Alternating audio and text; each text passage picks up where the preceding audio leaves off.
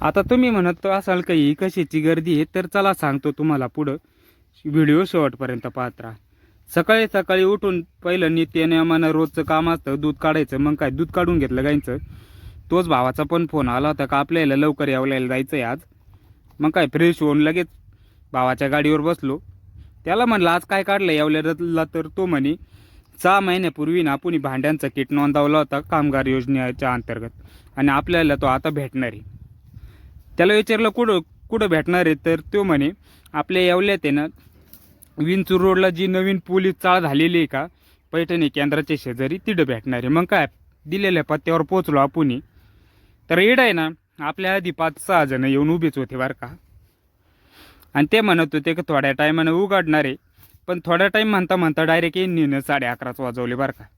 तोपर्यंत ना भरपूर गर्दी झाली होती. आता आपला 4था नंबर असल्या कारणानं लगेच आपण थंब देऊन घेतला बरं का. आणि नंतर कळलं का भांडे शिल्लकच नाही. मग लगेच आपण ना घरचा रस्ता धरला बरं का.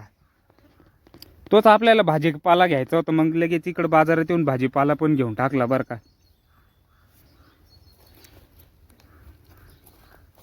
आता इकडे आहे ना आपल्याला रसवंती दिसली रस्त्यात. म्हणलं भांडे जरी नाही भेटले पण रस तरी घेऊन टाकू. मग काय रस घेतला आणि डायरेक्ट आलो आपण घरी.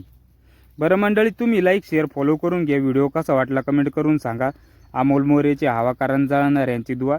जय शिवराय. चला तर भेटू पुढल्या ब्लॉगमध्ये.